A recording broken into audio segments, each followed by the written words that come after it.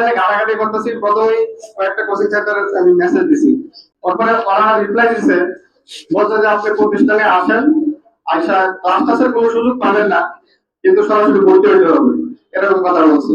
এরপরে অনেকগুলো প্রতিষ্ঠান করতে করতে আমি প্যারাসিয়াল সায়েন্সের কাছে মেসেজ দিলাম, তখন যে স্যার আমি তো ঢাকা আসতে চাচ্ছি, আমার কারো পরিচিত নাই, এখন কি করবো? বলছে তুমি আসার প্রথমে ক্লাস করো, তোমার জন্য ক্লাস আনলিমিটেড, তুমি যতদিন বলছো ততদিন ক্লাস করতে পারো।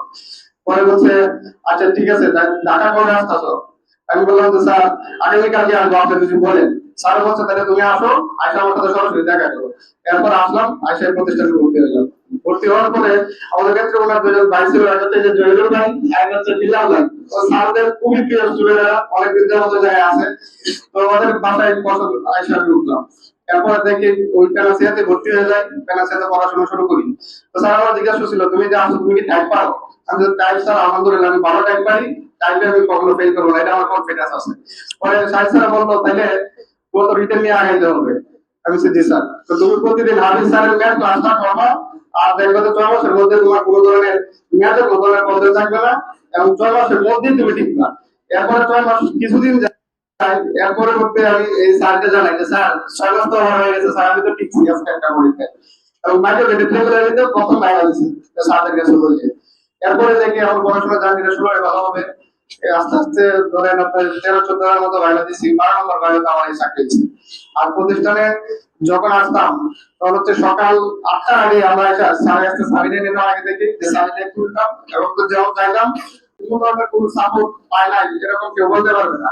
যেমন আমরা নিচে বসে পড়তাম, তো সায়েন্সার আসে কোনো কথা নাই, নাম ধরে ধরে ডাকতো, একজন এখানে ডাকতো, ওরা বলে তুমি টাইপে আসো, ওই তুমি টাইপে আসো। ওরা কিন্তু লুকোচুরি করতো, কারণ ওরা টাইপের দিকে বেশি আগ্রহ ছিল না।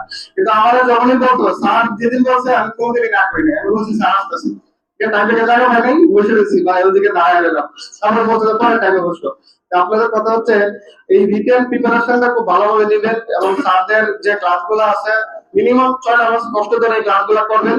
দেখবেন 7 মাসের সময় ইনশাআল্লাহ যদি আপনি আল্লাহ চায় যে রিটেনের দিকে শুরু করবেন, এবং আস্তে আস্তে দেখবেন যে বাইরের দিকে চলে যাবেন। এখন হচ্ছে টাইপের দিকে গেলে আপনারা কিভাবে টাইপে দ্রুত আগাবেন।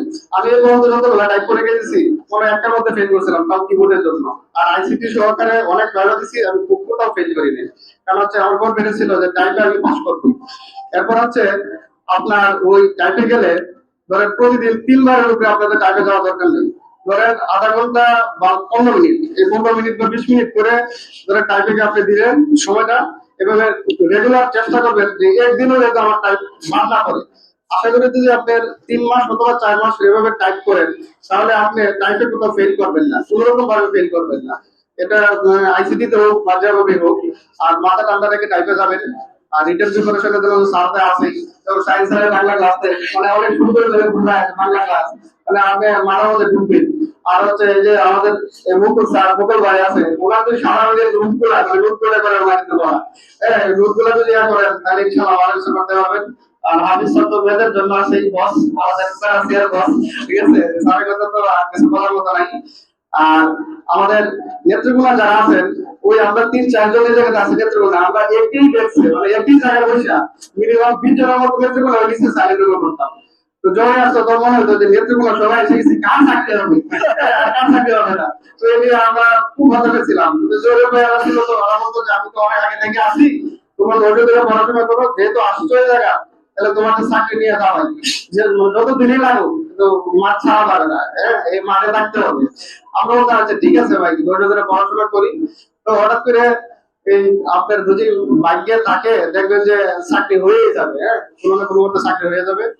এই হলো কথা। যাক আমি আর কথা বাড়াইতে চাই না, অনেকে আছে অনেক কথা বলবে। তবে আমার যারা আছেন আমাদের আজকের যে লাইভ গুলা দেখতেছেন, অবশ্যই আপনারা ভর্তি হন বা না হন, তবে প্যারাসিয়া প্রতিষ্ঠান থেকে ঘুরে যাবেন, যেমন সায়েন্স আর আর্টস এর সাথে একটু কথা মিলে যাবে। আপনি ভর্তি হন বা না হন এটা নিয়ে আমার কোনো মানে আফসোস নেই। তবে আশা করি ঢাকা যারা আসবেন ভালো প্রতিষ্ঠান থেকে ভালো জায়গায় ভর্তি হবেন, এবং এই প্রতিষ্ঠানের সাপোর্ট মানে আজীবন পাবেন। যারা আছে ইনচার্জ মেম্বার যারা একবার হয়েছেন, তারা যে কোনো জায়গায় চলে গেলেও স্যাররা ফোন দিয়ে আসলেও আপনাদের মানে চাকরি ইনশাল্লাহ হবেই। ঠিক আছে, তো সবাই ভালো থাকবেন, আমি আমার জন্য দোয়া করবেন। আল্লাহ হাফেজ।